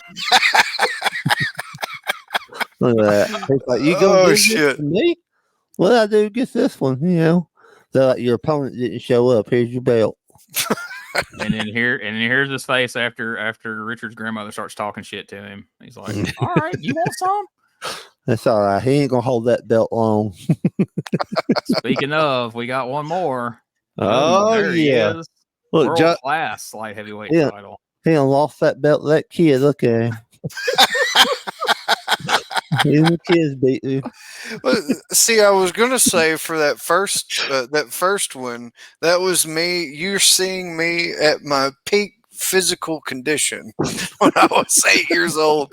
I wasn't fat or anything, but here I'm starting to plump up and all that. And Uncle Danny's just trying to make me feel like I'm still a special kid. You belong, Josh. Don't Uncle be depressed because you're fat. Hey, snap this picture while he can still hold this light heavyweight title. Another 30 days, they're going to take it away from him. Yeah. They ain't even going to get the film back before he loses that belt. Tommy Rich's reign will seem like a long fucking deal. They were lucky to get the film back on that shit. Like no light heavyweight over. Oh man, no, I was pushing 100 then. Yeah, that's fun, man. I'm glad you sent us those pictures. Those are on our Facebook. We shared them over the weekend, so I definitely wanted to have them here on the show. So yeah, Uncle Danny was digging through some pictures. I don't know if he's doing that for something for the show or whatever, but either way, yeah, he was digging through some stuff, and yesterday morning he snapped a shot of them and sent them to my mother, and she texted me. She was like, Uncle Danny sent me some pictures, figured you'd like them. I was like, yeah, I gotta send these to Gina Richard. And if a nightmare's sending your pictures, you definitely want it to be Uncle Danny. And you just hope the other one doesn't have your pictures anywhere. But yeah. Oh shit. We may need to cut that out. No. All right. So let's let Dave run down the card for Monday night, shall we? Doug Gilbert in the air, the man who is a self-proclaimed king of rock and roll, going against Danny Davis. Shoko Ware is going against Scotty Flamingo. This match is going to occur. I guess it's still on the card, but I'm not 100% sure. So let me warn you that in advance. Texas title schedule: Brian Christopher against Jeff Gaylord. There are explosions going off anytime these guys come in. Each team on its own when they come in. There's plenty of explosive action. The Moondogs for how long now? They have been in the USWA with the chairs, with the garbage cans, with the big old boards. Almost said 2x4s, but they're even bigger than that. They're more like 1x8s or something like that they come in here with. Yeah. And they really can wreak havoc in a building. And they've done it here many times. And they will be in this explosive tag match at the Mid-South Coliseum against two of the biggest wrestlers that I recall in the business as far as tag teams go, in the Harlem Knights. Sensational Sherri, and boy, this one right here has some real significance to it. Sensational Sherri Martel came out here at the beginning of the program and really insulted Miss Texas. I mean, she tag team titles hanging in the balance as the new champions, Simply Divine, Rex King and Steve Dahl. But they are going to be going against Jeff Jarrett and not Wendell Cooley now. Wendell Cooley will be asked to step aside, and now all of a sudden it's going to be Jeff Jarrett and Brian Christopher paired against Simply Divine, Rex King, and Steve Dahl. Age, it's not sanctioned. Not sanctioned by the WWF, not sanctioned by the USWA, but it's going to happen anyway. Macho Man Randy Savage going against the King, Jerry Lawler. All right. So, man, Dave took a long time to run that card down. That was the best I could do to clip it down to a little over a minute and a half. But at left as it originally was, I clipped it. It was like 4 minutes of him going on and on about these matches. But having listened to the card there, two things stand out in my mind, and see if you guys notice this. Maybe more than two. But number one, my biggest, most important question is, where the hell's PG-13 this week? Yeah. Number two is, wherever they are, did they take the Master of Terra with them? Because he's nowhere to be found this week. And three, have you ever seen more of a generic bullshit placeholder match than Brian Christopher versus Jeff Gaylord for the Texas title that hasn't been defended in God knows when? Brian just carries it around at opportune times, and suddenly these two have a Texas title match thrown on the card here. And then, as I said before, we had a middleweight title there for a minute, and now it's apparently Uncle Danny brought it home, and Josh is absconded with it, and that might be why we didn't see any middleweight titles for a couple of weeks here. You guys were having middleweight title matches back in the backyard, and Danny's like, "Where the hell is that belt?" And Eddie Marlin's chewing him out like, "Get the belt back, Danny. We need it." He has to tell Eddie Marlin, I found it under the fucking crawl space over there. It was weird. They were trying to hide it from me, little bastard. They had it hanging from a tree limb, and they were fighting up and down the slide trying to get it down. They said they called it a ladder match. We might want to try one sometime. All right, guys, it's that time once again. So let me ask you those all-important questions to find out how you feel about today's episode of USWA. So number one, what was your least favorite part of today's episode? The Moondogs and the Harlem Knights first 5 segments of the show. Like, I feel like we could have broke that up a little bit. Like, I don't know if the Moondogs had somewhere to be, and they're like, let's get all of our stuff in early because, we got places to go. We got to get to Pizza Hut. I was about to say, they got a Domino's they got to be at somewhere, I'm sure. Yeah, I don't know what it was that we had to fit all of that into that one little time frame. Besides that, no Scotty Flamingo this week. And, you can't just give a big hog out there and then take it away like that, if any... Per the FCC, Scotty Flamingo is not allowed to be on TV this week. If a step uncle taught you anything, it's when a big hog shows up, it's coming back. But yeah, that would be my least favorite thing. It's just how they shoved they Scotty Flamingoed the Moondogs into that one small area and really just pushed it together. So that would be my least favorite thing. They stuffed a 10-pound hog in a 5-pound sack. Yes. And it was just squealing to get out.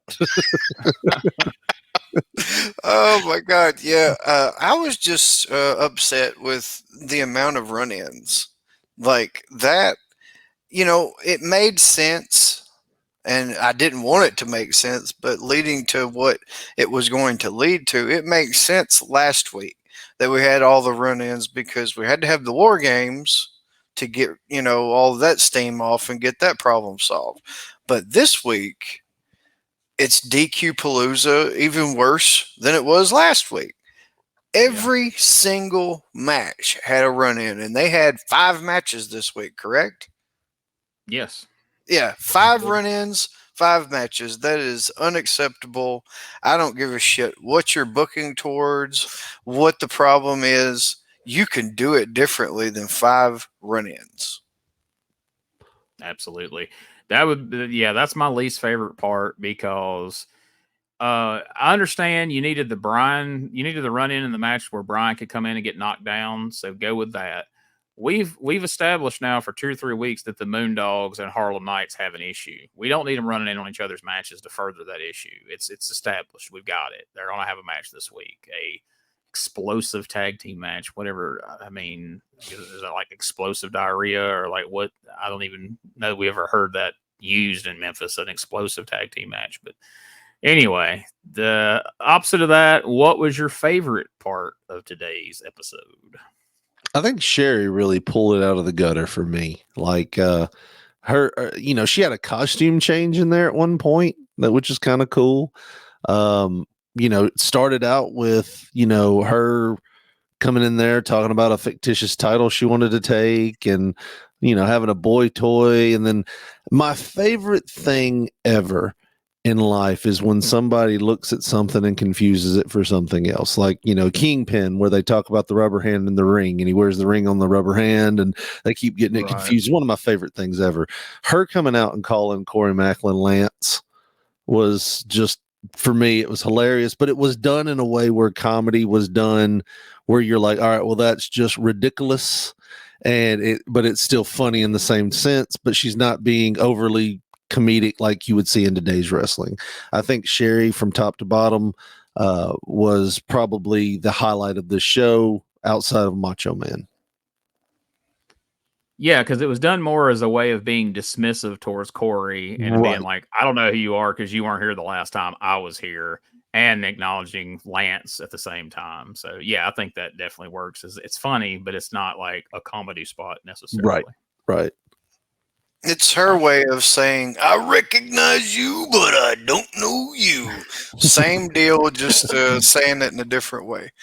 But, yeah, I briefly spoke about this whenever we were talking about this specific part of the show, but my favorite is the reunion of Sensational Sherri and Macho Man.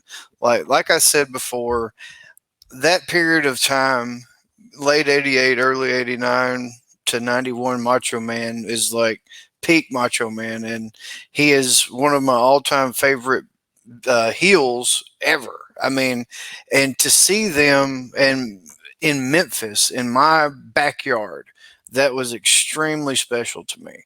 Like, and I would hope, I can't remember because, for whatever reason, but I can't remember if they stick around and if Macho Man's back in Memphis, if he's got Sherri with her or not. But I would hope that it happened at least a few more times because, man, like, that's a callback that's definitely worth actually being.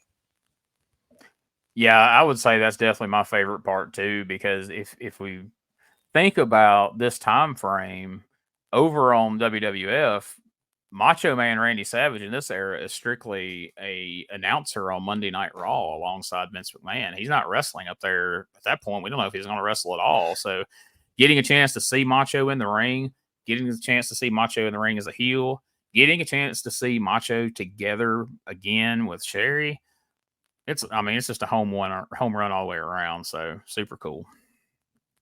So that brings us to the question number 3. Would this TV show have inspired you to buy a ticket to the Monday Night's card all the way back in 1993? The only part that's intriguing to me is, well, there's 2. I want to see the Macho Man and Sherri, and I want to see how Brian Christopher and Jeff Jarrett coexist. I might get there late. I know we've done that before. I'll get there late, and I'll watch the last 2, the semi-main and the main event, and I'll go home happy. But yeah, I'm going late. Yeah, I may get there about midway through that Texas title match with Brian and Jeff Gaylord. And yeah, just I completely want to echo what Richard said. You knocked it out of the park for me. Like, that's literally all I give a shit about because I've been pissed off by the Moondogs so bad. I don't even know. At this time period, I don't even consider myself a Moondogs fan that they've turned babyface. I'm sick of them at this point.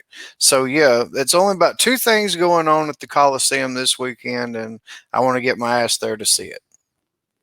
Plus, we know if we got burned in the recent past, although you guys have said no to going the last 2 or 3 episodes, we also know if we got burned in the recent past by what's been going on, we know in the main event in an unsanctioned steel cage match, we've got to get a clear-cut winner. So there's at least that. We're like, all right, well, we know it's going to pay off this week. So let's go April 19th, 1993, Mid-South Coliseum, drawing 1,800 people for a gate of $10,800. In the opening match, Jeff Gaylord beat the Night Stalker. Now, it's not Richard Ramirez, nor is it Brian Clark. It is Tony Falk in a mask. So there's a fun fact for you. In the second match of the night, the King of Rock and Roll, Doug Gilbert, beat Uncle Nightmare Danny Davis. That's about right. In the third What match, the hell? there hasn't been enough of Richard's grandma this week, but we haven't seen much Danny Davis. So two go hand in hand. Somewhere else losing. So In the third match of the night, all right, here we go.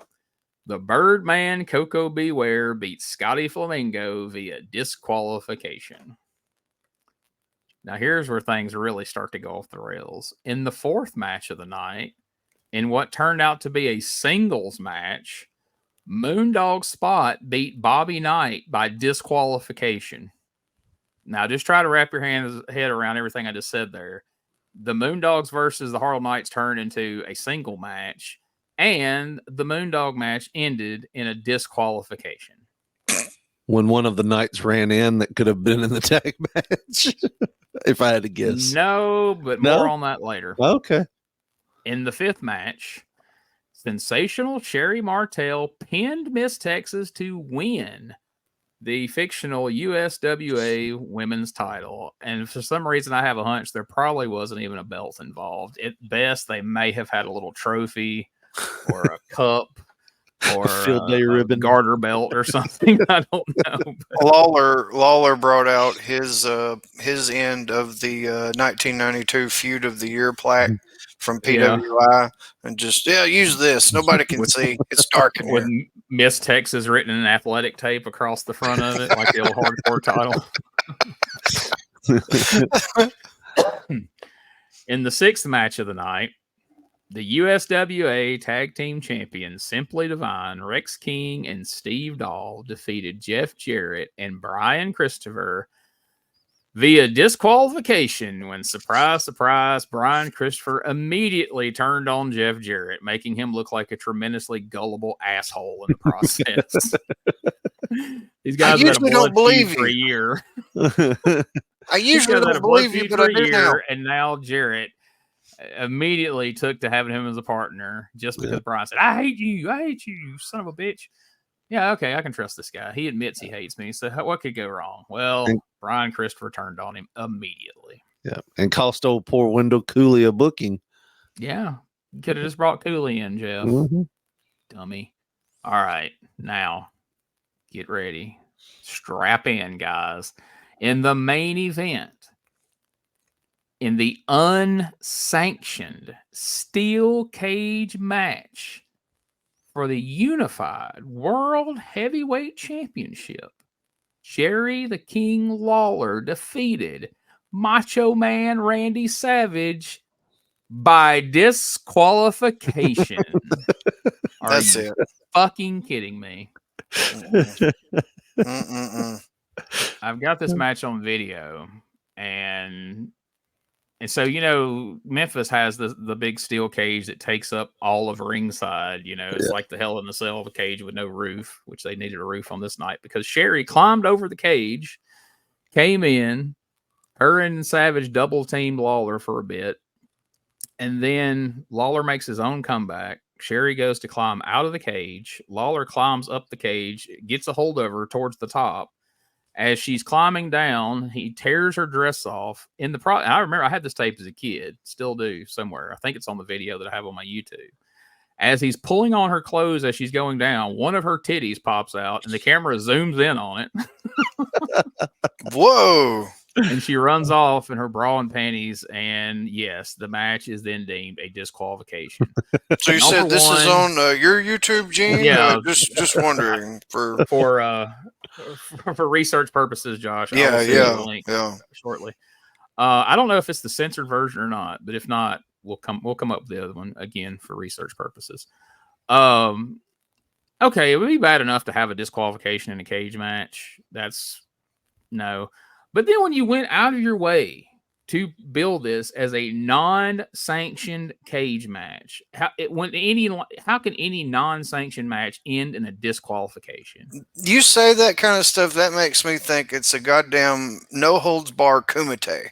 Like, anything goes. You want to bring a flamethrower to the ring, whatever. It's unsanctioned. But no, let a lady come in and interfere. Oh, ring the bell. Like that makes no sense. Yeah. I'm not trying to, folks, I swear, I'm not trying to be negative here, but I'm just looking at this in the framework of 1993. You've killed a lot of different match stipulations recently, and you've killed the concept of, drawing a crowd based on, hey, we might see an outcome tonight. You've killed the cage match. If a cage match cannot settle anything, if a cage match cannot keep out interference and prevent a disqualification, what the hell else is there? What can you ever book and advertise on that television show that could ever make me as a consumer think, hey, there's a chance this might have an outcome. There's a chance I may not be disappointed this week. Because at this point, I don't know of one. Do you? I mean, they tried to show everybody a titty, apparently. I guess that was going to be the redeeming factor. Like, well, of course, now Lawler has also, gone in on how ugly she is. She couldn't get a date on her tombstone. Right. Unlike trash gets picked up every now and then and shit like that. So even then, he's downplayed the titty that we're seeing there. But, the titty. That's not good. If I'm in the cheap seats, I'm like, was that a nipple? I don't know. But I don't know, man. I don't understand the logic. I don't understand when we sit down. I mean, I know at the end of the day, it's just a matter of Lawler's like, well, I ain't losing. And Seb's like, well, I ain't losing, brother. I'm a commentator on Monday Night Raw. I can't be putting you over. But did we not talk about this before? Did they think they booked Savage into a corner? Like, if we make it steel cage non-sanctioned and he knows he's not winning the title, he's got to lose, right? And then he gets there, no. And it's like, all right, well, now what? We're what do you usually clean the belt with, Jerry? Well, I mean, here's the thing. Why couldn't Lawler won and lost that title like 457 times? Why couldn't he just lose it one more time to Macho Man and get it back the next week? Yeah. I mean, and draw another house. Now, he doesn't want to. Are we going to draw next week? What are we going to tease these folks with that they could possibly think would be worthwhile? He doesn't want to set a Moondog precedent. You know what I mean? Like, lose it one week, get it back. I guess he's like trying to make the title strong again, brother. But I don't know. I'm with y'all. I think like if you can't lose it to Macho Man, then what the hell, right? Yeah. I mean, we've established he wasn't going to lose it to Scotty Flamingo. Well, okay, that's fine. Whatever. Because he's losing by DQ to Coco Ware at this point. But yeah, if you can't drop the belt to Savage, I don't know what we're doing. But I mean, so like I pointed out beforehand, you guys have been kind of out on the question where it's would you buy a ticket? You guys have been out, and even Josh was a holdout because it took a long time for Josh to finally be like, no, I think I'm good. I'm not going. All right, you guys went this week. Now in real time, had you went and paid this money and this steel cage match ends in a DQ, you leaving there going like, well, I'll give them another chance next week. Or you guys are just like, no, I'll watch the TV show, but I'll be damned if I spend my money to go get burned again.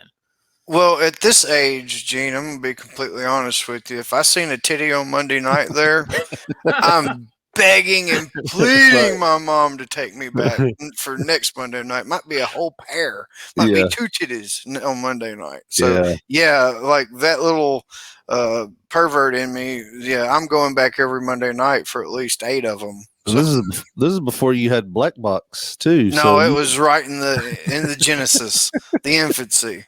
But this is alive in your face. And I don't even think they delivered that on purpose. I think that was just a happy accident, honestly. I don't think there's like, all right, the redeeming factor is going to be Sherry's going to whip a titty out. It was like, oh, shit, your titty came out. But the cameraman was like, zoom. Yeah. Like Iron Chick, cameraman, zoom. That motherfucker deserves a Christmas bonus. So we need to find out who that cameraman is and high five him. Maybe he'll be at the Hall of Fame next weekend. I'm going to shake his hand. Hey, man, were you the cameraman for that cage match? Hell yeah. Hell yeah. I had been wishing that would happen on WWF for years. You have no idea, Gene.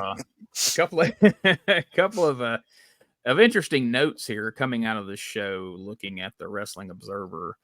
The Moondogs and the Harlem Knights are now gone from the promotion.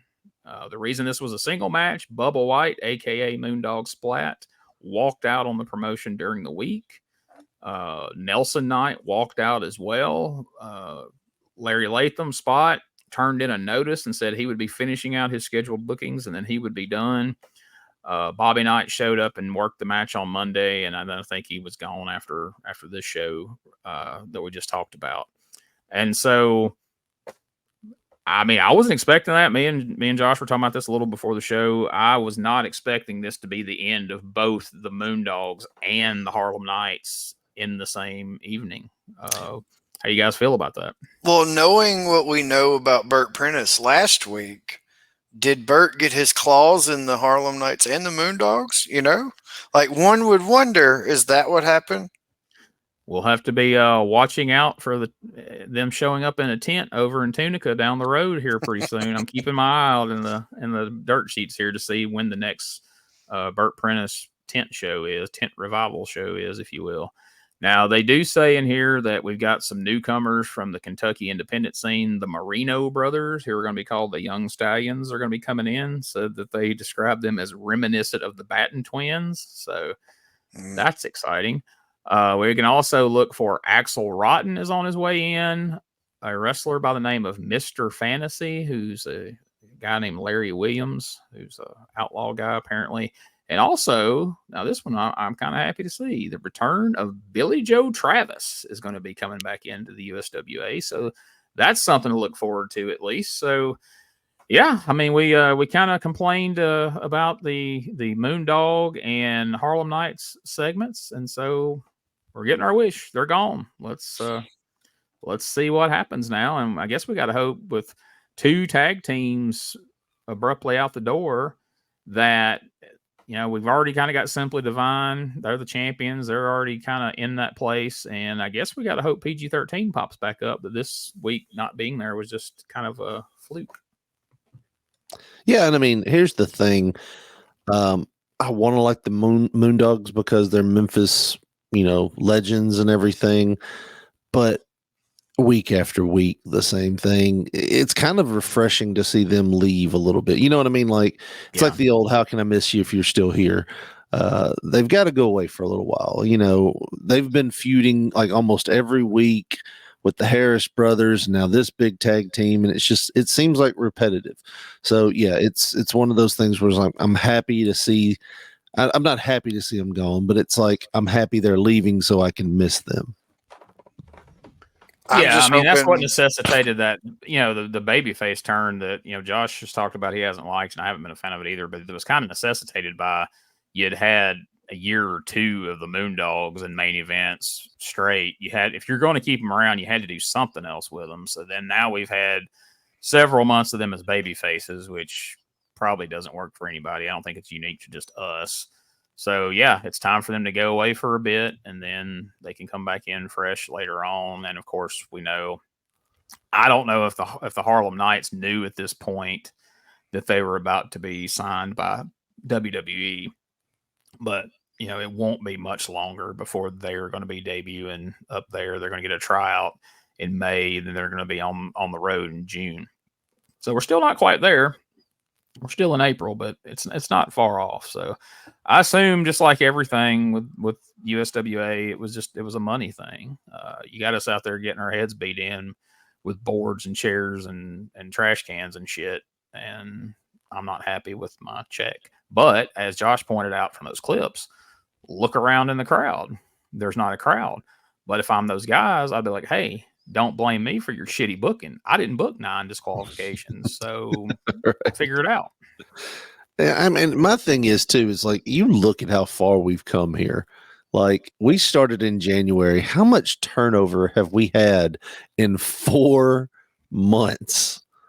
Like 4 months time, we have had a huge amount of turnover. One guy even left the company for like a month and came back.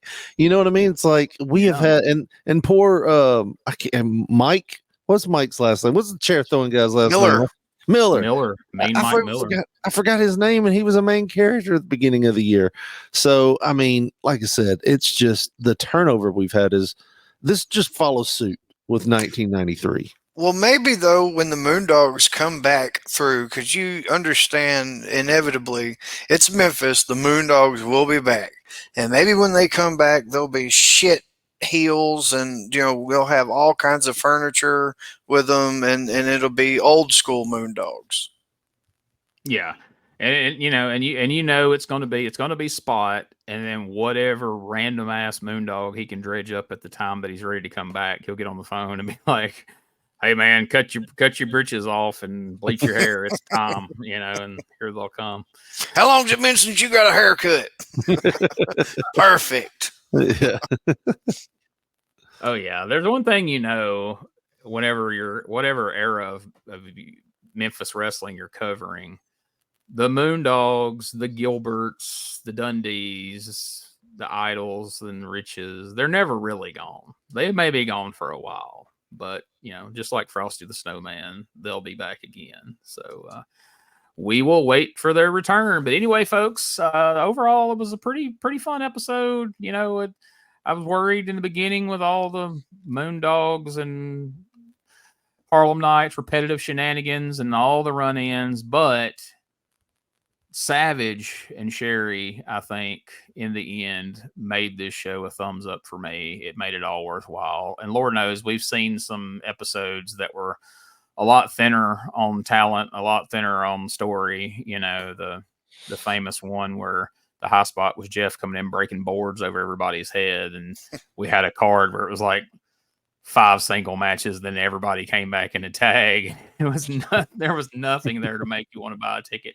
At least here, I'm buying a ticket to this cage match, but then I'm leaving absolutely pissed beyond belief. So we'll see what they bring us next week. We'll see what these Marino brothers are all about. We'll see what they do with Billy Joe Travis. He's always entertaining. I am excited about that. And Lord only knows what the hell Mr. Fantasy is going to be. So we'll see if the Master of Terra makes his way back and find out where PG-13 was. Any last words before we wrap this one up, guys? No, looking forward to this Saturday night, seeing Gene and Josh and everybody out there in Jackson, Tennessee. Excited about that. Hopefully, no one tries to beat us up for the goofy things we say on this show. Hopefully, I'm not doing this show with an eye patch next time you see me. Because those veterans, I really like to go for your eyes. So, well, Richard Lee, this is an opinionated show, and these are just our opinions. So if somebody can't accept our opinion, then the saying, they're like assholes. Everybody's got one. Yeah. Well, Lord knows, if nothing else, professional wrestlers are definitely accepting and respectful of other people's opinion of their work. They would not dare get upset if we dare question their booking tactics or their matches. So, yeah, I think those concerns are unfounded, Richard. I'm sure Jerry Lawler will come up and shake our hand and have a good hearty laugh at how hard we've shit on the booking, and especially we top it off with the cage match. I'd say we've basically end the show by saying they killed the freaking town. Well, at least they popped the titty out. Yeah, in true Memphis form, if you see one of them attacking me, please come and do a run in. Yeah, there's definitely going to be a DQ. Yeah, we won't leave you hanging like Lawler and Jarrett did the Moondogs today. Maybe that's why the Moondogs walk out. The Meltzer and them are saying that it was a money thing, but perhaps they were so upset and put out by the fact that nobody came to their aid. They were like, you know what? Screw this, man. No, they were pissed off that they were going to have to job out to the dudes in the thongs, man. They cannot accept that. And they're, you know what? I'm just going to quit. And the fucking Harlem Knights was like, yeah, me too. Fuck that. Well, the biggest thing is if we get in trouble in Jackson, Josh, what we can do is we can use your uncle as a decoy. He can just lay down and they'll be drawn to him like a moth to a flame to beat his ass. And we can sneak out the back door. Yeah, man. We'll just do the old schoolboy deal. I'll get on my knees behind them. You just push them on over and we'll run. That'll be the plan. we can learn from Uncle Danny, and we'll just lay down and we'll do the job. And their instincts will kick in. They'll just pin us, and then they'll walk around and celebrate. And we can run out the back door. We'll just break down in the fetal position every time. Just, all right, don't lay them in too hard. Just don't take up too much of my time. He could tell every building manager when they got a light bulb out. Hey, that Sylvan up there just needs to be changed out. It's getting kind of dim in here. Nothing we can add to that. See you folks in Jackson, and if you're not there, we'll see you here for the next episode of the Retro Wrestling Review USWA podcast. Hey folks, before we get out of here, I'd just like to take a moment to tell you we appreciate you checking out the podcast, and if you would, do us a favor, subscribe, rate, and review the podcast wherever you're listening to this right now, wherever you're watching it. If you'll just take a moment to either subscribe, to rate, and review, let us know what you think. We hope you're liking it, but even if you're not, let us know what you would like to see changed, and we will take that into consideration as we move forward. So we really appreciate any feedback we can get. Also, we just want to say how proud we are to be a part of the WrestleCopia brand of wrestling podcast. Ray Russell brings you something for everyone over at WrestleCopia.com. Check out all the great wrestling podcasts available over there right now. And for all things related to the Retro Wrestling Review podcast, you can go to USWApodcast.com and you can find links to everything we have there, our Facebook, our Twitter/X, our TikTok, our Instagram, our merch store. That's right. We've got shirts, we've got hats, we've got phone cases, we've got all kinds of great stuff. And it's all right there at our store. And you can find a link to it at USWApodcast.com. There's a link to the YouTube channel we're associated with, the Retro Wrestling Archive. You can find all that there. And if you have questions for us, if you saw something on the show that you have a question about or a comment about, if you've got some info to answer a question we have, or you had a question you want us to read on the air, if you want to work out an ad swap, if you want to have any kind of communication with us, you can go and send an email to USWApodcast@outlook.com, and I will get back to you just as quickly as humanly possible. And if you're a fan of Dangerous Conversations with Doug Gilbert, and if you've heard it, I know you are, check out DougGilbertPodcast.com for all things related to Doug's podcast. You can find links to our Facebook page for the show, our Twitter. You can find links to Doug's social media, his Twitter, his Facebook. All that's available there, plus a link to the YouTube channel. And if you have a question for Doug you would like for me to ask him on the air, you can send that question to DougGilbertPodcast@outlook.com, and we will get it added and it will get answered in a future episode just as quickly as we can work it in.